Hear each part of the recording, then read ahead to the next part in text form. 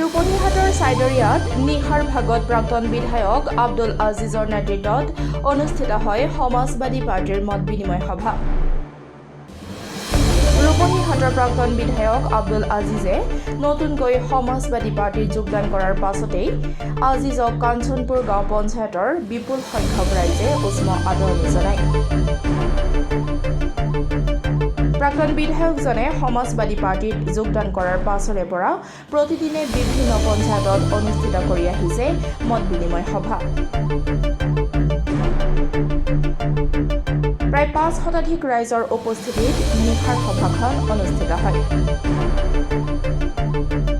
প্ৰাক্তন বিধায়কজনে সংখ্যালঘু ৰাইজৰ বিভিন্ন সমস্যাৰ কথা সভাখনত ব্যক্ত কৰে।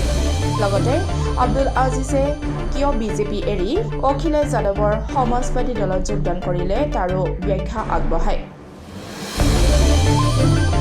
এইবাৰ নগাঁও লোকসভা সমষ্টিৰ পৰা সমাজবাদী দলৰ প্ৰাৰ্থিত্বৰ দাবীদাৰ আব্দুল আজিজ। শেহতীয়াকৈ ৰাজ্যত সংঘটিত আৰক্ষীৰ এনকাউণ্টাৰৰ সন্দৰ্ভতো কেতবোৰ মন্তব্য কৰিলে প্ৰাক্তন বিধায়ক আব্দুল আজিজে। ষ্টেট প্ৰেচিডেণ্ট হ'ল আৰু বিভিন্ন জেগাত আপুনি মিটিং কৰি আছে, এতিয়া মানে ৰাইজক ইয়াত আপুনি কি ক'ব? নাই, মই ৰুলিং পাৰ্টি ত্যাগ কৰি সমাজবাদী পাৰ্টিলৈ অহাৰ কাৰণ হ'ল যিকোনো ৰাজনৈতিক দলত থাকিলে সেই দলৰ পৰা মই যি কমিউনিটিক প্ৰতিনিধিত্ব কৰি আছোঁ সেই কমিউনিটিৰ সম্পৰ্কে অলপ কথা বতৰা সাৱধানে ক'ব লাগিব। কাৰণ মই এজিপিত আছিলোঁ, এজিপি দলে কোনোদিন উচ্চ বাচ্য কোৱা নাই, কিন্তু এতিয়া বিজেপিত আছোঁ, বিজেপি দলে সব ঠিকই আছে, কিন্তু কথা বাৰ্তা কৰোঁতে আমাৰ মানুহৰ ভোটৰ দৰকাৰেই নাই। যি দলে আমাৰ ভোটৰ কোনো দৰকাৰ নাই, চাচা মামাৰ ভোটৰ দৰকাৰ নাই, তাততো থাকিব নোৱাৰোঁ। সেইকাৰণে মই দলটো ৰিজাইন কৰি দলৰ বিৰুদ্ধে মোৰ অন্য একো ক'বলগীয়া নাই। কিন্তু মেইন কথাটো হ'ল কি, মোৰ চাচা মামাৰ ভোট যেতিয়া নালাগে, মোৰ কমিউনিটিৰ ভোট নালাগে, আৰু একদম মুছলমানৰ ভিতৰত দুটা ফেকশ্যনো বনাই দিছে, এটা খিলঞ্জীয়া মুছলমান, এটা পমুৱা মুছলমান, বাংলাদেশী মূলৰ মুছলমান। কিন্তু আচলতে আমি বাংলাদেশী মূলৰ মুছলমানটো নহয়, আমি হ'লেও পূৰ্ববংগীয় মূল হ'বলৈ গ'লে পূৰ্ব বাংলাৰ এইটো আছিল, এইটো ৱেষ্ট বেংগল। আমি ৱেষ্ট বেংগল পূৰ্ববংগৰ এটা প্ৰান্তৰ পৰা ইয়াতে আহিছিলোঁ, আমি বাংলাদেশ বা পাকিস্তানৰ পৰা অহা নাই। আজি আমাক যেনেকুৱা ব্যৱহাৰ কৰা হয় যে এইবিলাক বাংলাদেশী, এইবিলাক পাকিস্তানী, এইবিলাক বহিৰাগত, এইবিলাক কথা প্ৰতিবাদ কৰিয়ে মই দলৰ পৰা ওলাই আহিছোঁ। এতিয়া সমাজবাদী আপোনাৰ অসমত প্ৰভাৱ পেলাব পাৰিবনে? সমাজবাদী অসমত প্ৰভাৱ পেলাব পাৰিব মোৰ বিশ্বাস আছে, যিহেতু ২৮টা ৰাজনৈতিক দলৰ জোঁটত সমাজবাদী দলো আছে। সমাজবাদী দলটো অকলে নহয়, ২৮টা ৰাজনৈতিক দল মিলিয়ে গঠবন্ধন যিটো হৈছে তাত সমাজবাদী আছে, আৰু সমাজবাদী দলৰ নেতা অখিলেশ যাদৱজীৰ এটা ভাল মানে আপোনাৰ প্ৰভাৱ এই গঠবন্ধনত আছে। এতিয়া ধৰক আপোনাৰ এই কংগ্ৰেছে আপোনাৰ ষ্টেট অসমত টিকেট দিয়াটো মানি ল'বনে?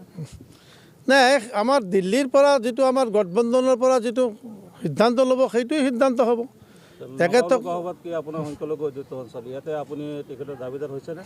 মই টিকেটৰ দাবীদাৰ, মই সমাজবাদী পাৰ্টিৰ টিকেটৰ দাবীদাৰ, আৰু মই অলৰেডি এপ্লিকেশ্যন দি থৈ আহিছোঁ। সমাজবাদী দলৰ সভাপতি হোৱাৰ পিছতেই মই এটা দৰখাস্ত অখিলেশ যাদৱৰ হাতত দি থৈ আহিছোঁ। যদি দল পোৱাৰ আশা আছেনে আপোনাৰ? এতিয়া মই ক'ব নোৱাৰোঁ টিকেট পোৱাৰ কিমান আশা। ইয়াতে চিটিং MP মানে বৰদলৈ আছিলে নগাঁৱত, এতিয়া কংগ্ৰেছৰ ফালৰ পৰা কেণ্ডিডেট বহুত আছে। এতিয়া সংখ্যালঘু ৰাইজৰ সমৰ্থন আপুনি কেনেকুৱা পাইছে? মই য'তেই গৈ আছোঁ, আপোনালোকে আজি এই মিটিংখন দেখিছে, ইয়াৰ আগত মই 4খন মিটিং কৰিলোঁ। সংখ্যালঘু অধ্যুষিত অঞ্চলত আজিৰ দিনত কোনো ইছ্যু ভিত্তিতে নহয়, এই নতুন দল হিচাপে যিটো সমৰ্থন পাইছোঁ তাৰ কাৰণে মই ৰাইজলৈ ধন্যবাদ জ্ঞাপন কৰিছোঁ। আৰু মই ষ্টাৰ্ট কৰিছোঁ 58 চামাগুৰি সমষ্টিত। আজি মই এটা সময়ত মই আছিলোঁ 85 ৰূপহীহাট সমষ্টিত। আজি এই ৰূপহীহাট সমষ্টিখনত পৰা অলপ কাটি নি পেলাই আপোনাৰ ৰূপহীতে ৰাখিলে, আৰু আমাক চামাগুৰিত প্ৰায় 9টা গাঁও পঞ্চায়ত পেলাই দিলে। তাৰ ভিতৰত মোৰ গাঁও পঞ্চায়ত হাতীপুৰী গাঁও পঞ্চায়তো মানে আপোনাৰ চামাগুৰি সমষ্টিত পৰি গ'ল। ঠিক আছে।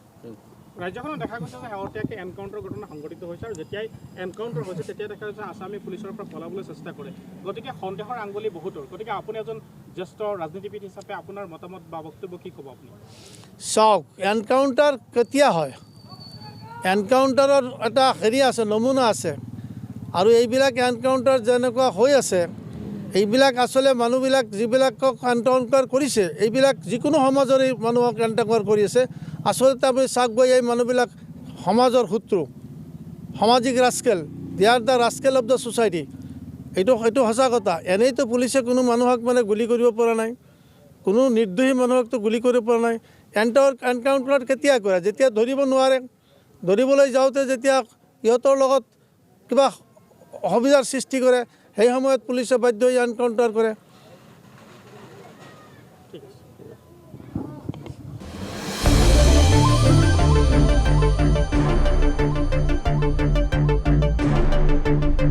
News Desk report, Democratic Assam.